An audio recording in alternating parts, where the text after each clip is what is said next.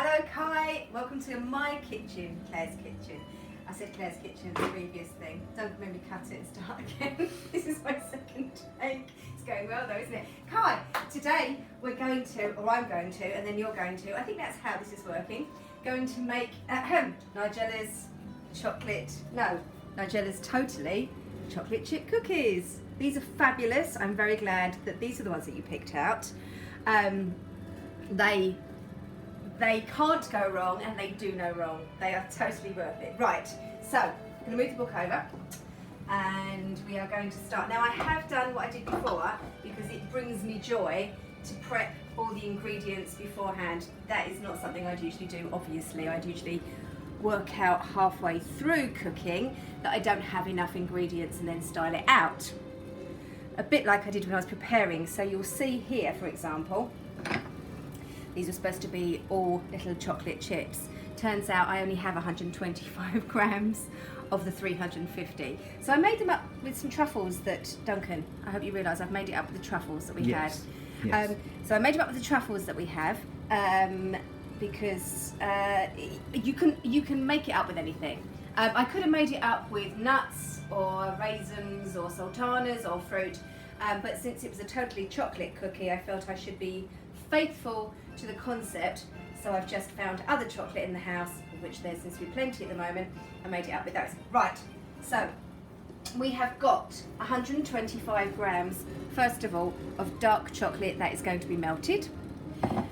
We've got 350 grams of more chocolate that we're going to add at the end. We've got 75 grams of, her recipe says light brown sugar. But I've got dark, and dark is yummy because it makes it more syrupy and yummy and, you know, that kind of thing. And then the additional 50 grams of caster sugar, just checking, yep. Flour, we've got 150 grams. Cocoa, we've got 30 grams. And butter at room temperature and so soft at 125 grams. And then we've got our bicarb soda, bit of salt and some vanilla essence. So that's our ingredients, and now I'm going to start making it. And the first thing I need to do is melt, that's the word. I'm going to melt the chocolate, and I'm going to do it in the microwave. Wish me luck. This doesn't usually go wrong, but it has been known to. It's really sunny here. Do you want to show them the garden while I melt the chocolate?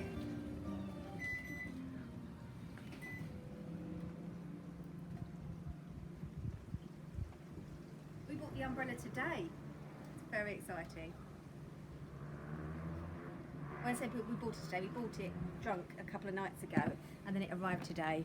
It's a bit bigger than we thought, but I didn't have anything to do with no. the So the term "we" is used loosely, obviously. It turns out I also bought a big roll of. Come have a look. I bought a big roll of pink fabric, Cheryl. You know when you buy fabric, Cheryl, and you say I like 2 meters, and you expect it to come in a parcel perhaps about that big, so it's at the very most rolled up 8 times, 50 by 50 or even more, so it's just like that. Not John Lewis. No, John Lewis sends you to your 2 meters like this. It's so big I can't even get it on the screen. There you go. I feel like I should pose with my yes, that's good. Let me move back. My magnificent. Ah! My magnificent. I don't know how they do this properly. I've just walked into that. My magnificent. Come into the light. That's it. Oh, no, No, not that. Hold on. Wait.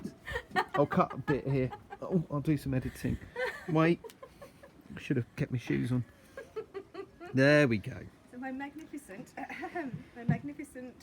Move slightly to the left. That's the left. Do you mean the My right? left. There we go. And This is my magnificent pink fabric that I bought to go with the umbrella that I bought after a little bit of wine the other night. It was about 2 o'clock in the morning. We were watching Captain America. Civil War. It was intense. Anyway, these have got to turn into cushion covers for the chairs and some cushions for the thing. Right, so the chocolate has melted. I haven't wasted time sort of showing you, but just in case I don't know, you wanted to know, you've probably got your own way of melting chocolate, the pair of you. But I never do it on high. I always do it, so I do it on medium high, so the one underneath, and about 30 seconds, take it out, stir it 30 seconds, and then it kind of does always work. And in fact, actually, I always take it out when there are still blocks of chocolate left, because it's so hot that the remaining chocolate that's already melted then melts the remaining bits of chocolate that haven't melted, if you see what I mean. So that's okay, that's our chocolate done. I'm gonna leave that there, that bowl's really hot. Okay, so now we've got to mix together the dry ingredients. So we've got our 150 grams of flour. Oh, that's really interesting, and I hadn't noticed this before, but she says 150 grams of flour, and I have never come across that. And I read in the text, and it doesn't say self-raising or plain, and she doesn't even say whether we can choose. Clearly we can.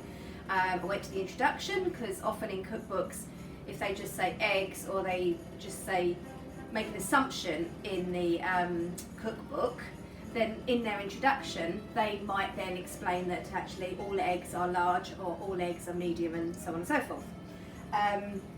She doesn't. I've used plain because I was thinking that it's a biscuit, so we don't necessarily want it to rise too much. We want it to perhaps remain actually sort of flat and dense, because that's the idea. So I suppose it doesn't matter, but I've chosen to use plain flour. So I've got 150 grams of that said plain flour, 30 grams of cocoa.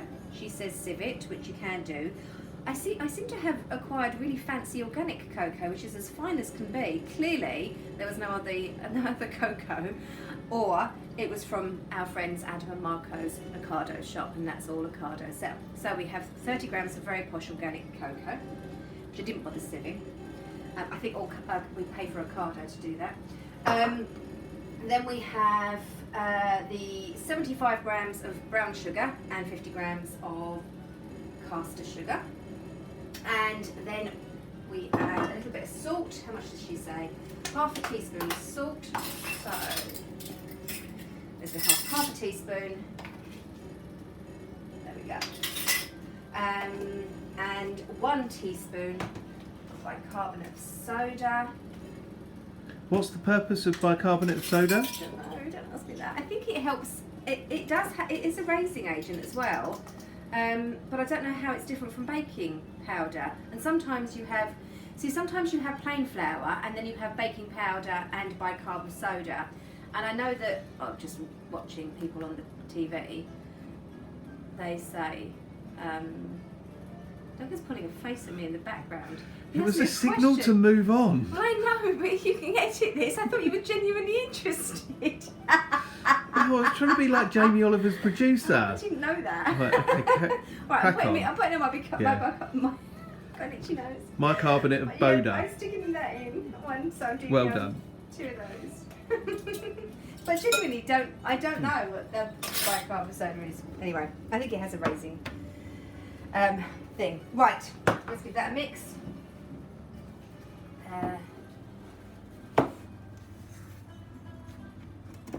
Break it down a bit, because actually the brown sugar is quite clumpy.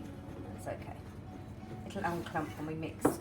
I always feel slightly aggrieved when I have to do things by hand and not in the mixer, but we are going to move on to the mixer, which is fabulous in my world. Right, that will do. So we've mixed together our dry ingredients, and then we need to mix together our wet or moist or damp or whatever ingredients. So we're going to do that with butter. Ooh. Adding the butter to the mixer, and also oh no, I've done it wrong. I've done it wrong. Just stop. Okay, I'm really sorry, I've done it wrong. And also I can't sort of do it again because I don't necessarily have all the ingredients. So what I did was I read dry ingredients to include sugar And as all good bakers, not me clearly, no, you're supposed to cream the butter with the sugar, or you're supposed to cream the sugar with the butter. So I added the sugar to my dry ingredients. I'm going to style it out because it's not a problem. So I'm now going to blend the butter so that that's creamed, but without the sugar. It's going to be sugarless. So what I'm going to do is I'm going to add a spoonful of this to it, just to give it a different consistency, so that I'm not adding necessarily the egg straight to the butter. Right. Right. So I'm just scraping the butter down off the, and that's the butter. It should be with the sugar, but it's butter's creamed with a bit of the dry mix. So that's fine. I'm now going to add the egg, because that was the next thing. So let's add an egg.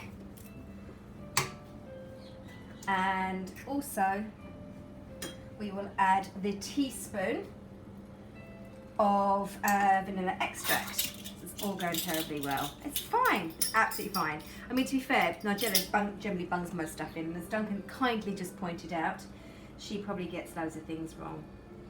I suspect she does, actually. Although I like to think she's perfect. Right. So, just mixing the egg to the butter and the vanilla essence. And then after we've done that, I'm going to add the melted chocolate. So you can tap a bit. Yes? Right. So, just to recap, I know it looks brown. Yours won't look brown because you won't have added the cocoa yet. But we've added, theoretically, the butter to the sugar, and then we've added the egg, and then we've added the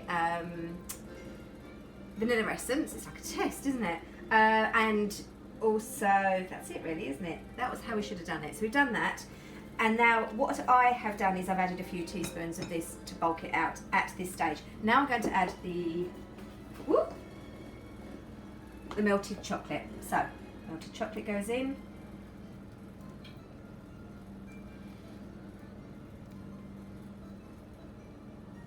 Spatulas are the best for getting absolutely everything out of a bowl. I do it for everything, nothing goes to waste, because I'm greedy. Okay. Okay, I want to lick that, I won't. Right. Okay, I'm going to stick that back under there, mix in the chocolate to the creamed mixture. Put that together.